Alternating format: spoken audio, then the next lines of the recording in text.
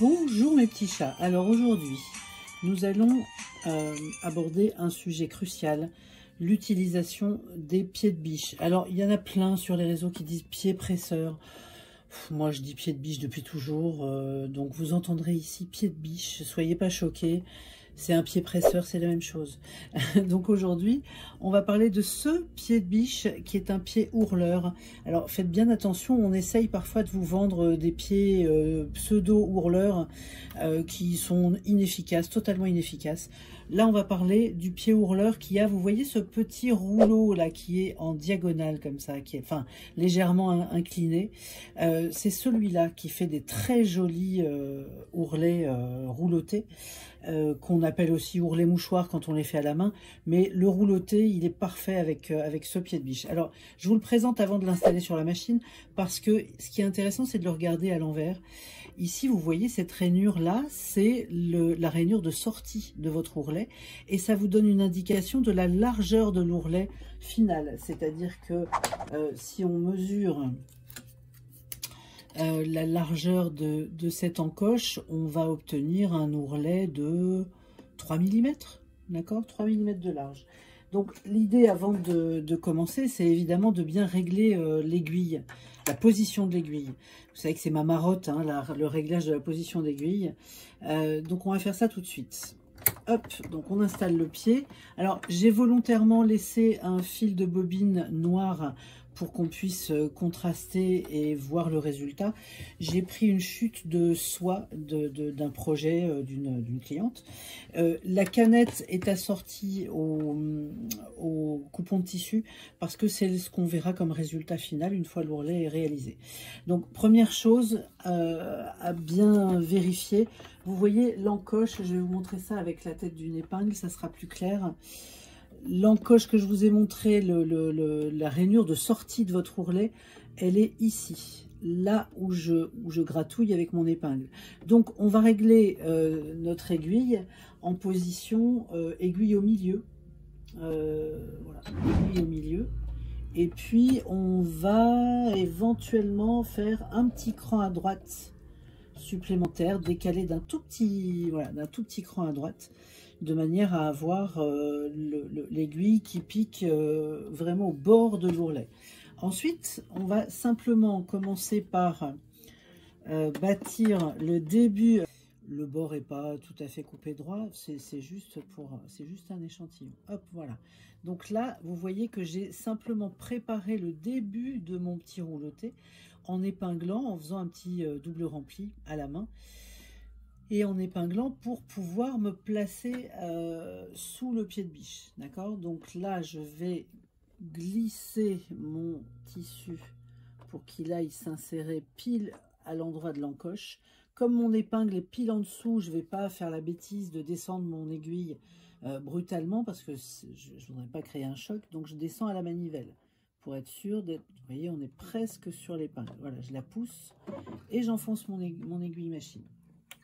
Maintenant, je peux enlever l'épingle et il faut surtout pas épingler toute la longueur d'ourlet parce que le but de ce pied ourleur, c'est que on insère ici le tissu dans le petit rouleau et que le rouleau fasse le double rempli tout seul.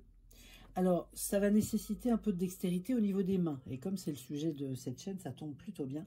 Je vais commencer tout de suite par vous donner une super méga astuce.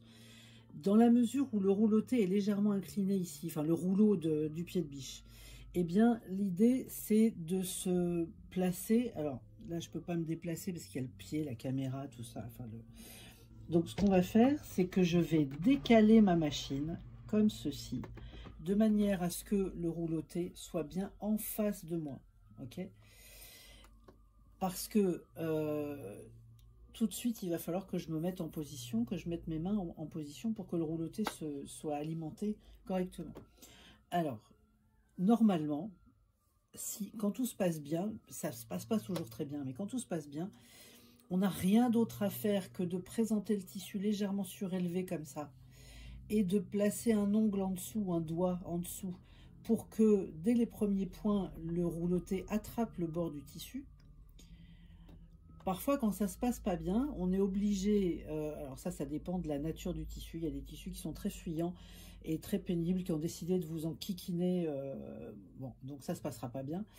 Dans ces cas-là, on est obligé de lever le pied, d'amorcer l'insertion ici du bord franc dans le rouleau pour qu'il veuille bien l'attraper. Donc voilà, c'est pas toujours si facile que ça. Mais quand on a la bonne position, que le rouleau est bien en face de vous, que vous surélevez le tissu en commençant à préparer une sorte de vague là, enfin une vague, un rouleau, et un doigt à l'intérieur, et ben dans ces cas-là, normalement ça se fait tout seul. Alors on va y aller, hop. Et au fait, mes petits chats, restez bien jusqu'à la fin de la vidéo, j'ai un petit cadeau pour vous. Donc je rentre mon ongle ici pour qu'il puisse l'attraper. Une fois que le bord franc est dans le rouleau, après on est parti, roule ma poule, tout chausse jusqu'au bout. Et l'avantage de ce pied ourleur, c'est qu'il vous permet de faire des ourlets sur des bords très arrondis, les robes de cocktail, les jupes vaporeuses taillées en arrondi, voilà, les jupes patineuses, des choses comme ça. Et quand on a des robes cocktail, par exemple pour des commémorations, des cérémonies ou des mariages même, avec 3-4 volants qui font 4 mètres, 5 mètres, 6 mètres d'ourlet, on est bien contente d'avoir ce petit ouvrier à l'atelier.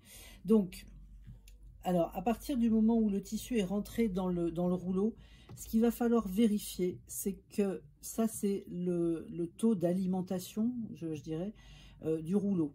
Si vous alimentez trop, c'est-à-dire si votre bord franc arrive trop à gauche comme ça, votre rouleauté va se faire, mais vous allez déborder un peu, il va y avoir un petit peu de bord franc qui va déborder de votre ourlet, qu'il faudra recouper, c'est pas très propre. Et si vous n'alimentez pas assez, c'est-à-dire si votre bord franc arrive qu'à la moitié ou aux 2/3 de la valeur en largeur de votre rouleauté, eh bien le rouleau va pas se faire en entier, c'est-à-dire que votre ourlet va se faire sur un simple rempli, et du coup ça va s'effilocher, ça sera pas joli non plus. Donc la difficulté au début, c'est de gérer le dosage. Donc là on y va, hop. Et on va voir ce qui se passe en sortie. Voilà, donc vous voyez, je maintiens mon bord franc, mon tissu surélevé, de manière à ce que le rouleau se fasse correctement.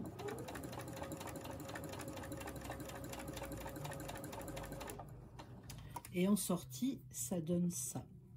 C'est magnifique, hein. Alors le début est un petit peu bof, un petit peu cochon, parce qu'il n'était pas bien inséré.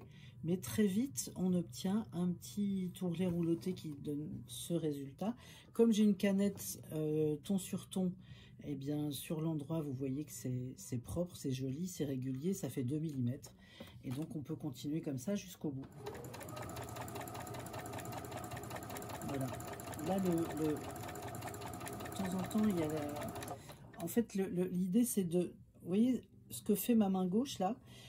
Mon doigt de la main gauche me permet de gérer l'alimentation de la valeur de repli en entrée du rouleau. C'est ce qui me permet de garantir un résultat régulier. Quand je vois que le rouleau commence à froisser, à faire un petit pli, et ben, c'est la main gauche qui va permettre de gérer la quantité de tissu qui rentre dans le rouleau. Donc c'est assez délicat, hein, ça demande un entraînement quand même assez long. Voilà, là on est bien. Et il a tendance quand même à se plier de temps en temps. Alors juste pour info, là pour l'exercice, j'ai mis une aiguille 70. Mais on est d'accord que sur une pure soie, il est préférable de mettre une aiguille Microtex. Vous voyez là, tiens, ça c'est l'exemple typique. Ici, il y a un pli. Vous voyez qu'il y a un pli à cet endroit-là.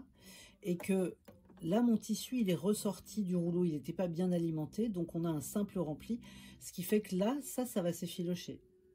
même si ça s'effiloche pas parce qu'on est dans le biais du tissu, c'est quand même pas beau, quoi. C'est pas joli. Alors certes, on est sur l'intérieur, mais même à l'extérieur, vous voyez, enfin sur l'endroit, vous voyez une petite vrille ici. Donc ça, c'est pas propre. Voilà. Donc c'est pour ça que je vous dis, là, en fait, c'est un échantillon, c'est une chute de tissu qui n'était pas coupée très régulièrement. Donc le risque, quand c'est pas bien coupé, c'est qu'on ait des petits défauts. Voilà. Mais cela dit, le gros avantage de ce rouloté, c'est que jusqu'au bout, même quand on a une coupe très arrondie, eh bien, l'ourlet se fait même dans l'arrondi. Voilà. Donc là, pareil, j'ai encore un petit défaut. Ça, c'est un défaut d'excès d'alimentation. C'est bien parce que là, on a les deux défauts sur le même exercice. Donc ici, il n'y en avait pas assez. Tac. Ici, le petit rouleau n'était pas assez alimenté, donc mon tissu a dû repartir vers la droite, ce qui fait qu'on a un simple rempli à cet endroit-là. Là, ça redevient joli. Et là, on a un excès d'alimentation du rouleau, ce qui fait que j'ai bien mon double rempli ici, mais j'ai l'excès qui ressort là.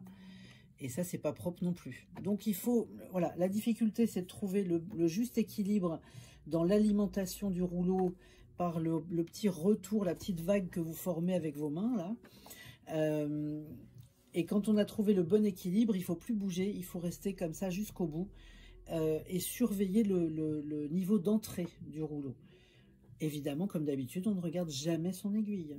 Alors, on va essayer d'en faire un autre un peu plus propre et plus long. Allez, c'est parti. Alors, on est reparti pour un deuxième exemple.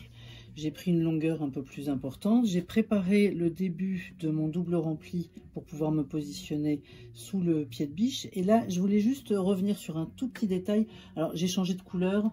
Je me suis mise en 586 de chez Gutermann. Et c'est pile le fil ton sur ton. Je voulais juste revenir sur un principe élémentaire, mais ça va mieux. Enfin, il vaut mieux le rappeler toujours. Quand on a un pied un peu bizarroïde comme ça, avec des encoches dans tous les sens, on a tendance à se dire, mais je le mets où mon fil? Bah, la réponse est toute bête. On va suivre le mouvement de l'aiguille. L'aiguille va piquer ici, d'accord? Donc, on va rentrer son fil ici. Il ne s'agit pas, si vous, par inadvertance, vous mettez votre fil dans le petit rouleau, très vite, ça va faire des nœuds, ça va casser, ça va être une catastrophe. Donc, la seule question à se poser, c'est par où va passer mon aiguille. Si elle passe par là, c'est par là que je descends mon fil. Ok, parenthèse refermée. Nous allons donc nous positionner en dessous du pied de biche. Alors encore une fois, hein, c'est une chute de tissu, donc c'est un peu, ça a été coupé. Je ne vais pas m'embêter à recouper ça, c'est juste pour l'exemple. Je place mon petit rouloté que j'ai préparé avec une épingle. Je le place pile en dessous de l'encoche de sortie. Tac. De mon ourlet rouloté et je descends mon aiguille. Maintenant, je peux tout de suite enlever mon épingle. Et c'est parti. Alors, si vous voulez, contrairement à l'exemple de tout à l'heure où il avait du mal à rentrer au début de l'ourlet, si vous voulez tout de suite préparer l'entrée, à partir du moment où l'aiguille est enfoncée dans le petit rouleau que j'avais préparé à la main, dans ce cas-là, ce que vous pouvez faire, c'est monter le pied de biche et tout de suite amorcer l'insertion du bord franc au tout début. Comme ça, vous êtes sûr que ça rentre. C'est un petit peu plus difficile à faire. Cela dit, mon expérience des ourlets roulotés me fait dire que dans 90% des cas, le rouloté il rentre tout seul, il n'y a pas besoin de faire ça. Mais si vraiment vous craignez qu'il ne rentre pas, et ben dans ce cas-là, vous le rentrez à la pince et une fois qu'il est dedans, ce que vous pouvez juste derrière garantir, c'est ça, c'est-à-dire le replier avec la main droite pour constituer le petit rouleau, mettre le bord dans la trajectoire du rouleau qui est incliné, donc j'ai incliné ma machine, et ensuite je place mon doigt à l'intérieur de mon petit rouleau, donc je surélève, il ne faut surtout pas être à plat, à l'intérieur de mon petit rouleau pour pouvoir alimenter en plus ou en moins au fur et à mesure que je progresse, ok? Et on y va. Allez, c'est parti. Là, j'amorce au début pour avoir le bon degré d'insertion dans le rouleau. Et normalement, Là, on est parti. Donc, quand on est plus à l'aise, on peut accélérer, on peut aller bien plus vite que ça. Surtout quand on a beaucoup de volants à travailler en période à partir d'avril et jusqu'au mois de juillet. On a énormément de volants comme ça à faire. Donc, je ne vous cache pas qu'on en mange des kilomètres et des kilomètres. De toutes les couleurs. Alors, il y a des couleurs tendance à peu près tous les ans. L'année dernière, on était très... alors, il y a 2 ans, on était très terracotta. L'année dernière, j'ai vu beaucoup de verts, genre le vert Wimbledon, là, vous voyez. Du vert d'eau aussi. Il y a plusieurs années, c'était très vieux rose. Voilà, il y a des tendances comme ça tous les ans. Les demoiselles d'honneur, elles sont toutes habillées pareil, donc elles dégainent toutes la même couleur, elles sont obligées. Et donc en atelier, on voit arriver plein de robes qui sont de la même couleur. D'où l'intérêt de retenir de garder les étiquettes sur ces bobines de fil pour avoir pile la bonne nuance. Alors, vous voyez, regardez comme c'est beau. C'est magnifique. On va faire un bouquet d'ourlets, regarde-moi ça. Alors, on est d'accord qu'une fois qu'on a fait son ourlet, on passe un petit coup de fer léger pour aplatir tout ça, hein, pour que ça soit vraiment propre et vraiment joli. Bon, mais là, il est bien alimenté, ni trop peu, et on a un travail, un résultat qui est tout à fait régulier.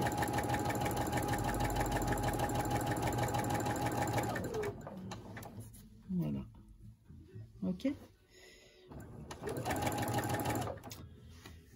Et ben voilà, c'était la démonstration du jour. Et puis la prochaine fois, on passera à un autre pied de biche et je vous détaillerai le fonctionnement de tous les pieds un petit peu particuliers. Et voilà mes petits chats, j'espère que vous aurez appris quelque chose. N'hésitez pas à vous abonner, à liker, à commenter et même à partager si vous le souhaitez. À bientôt. Bien sûr, en description, mon petit cadeau ainsi que des liens très instructifs.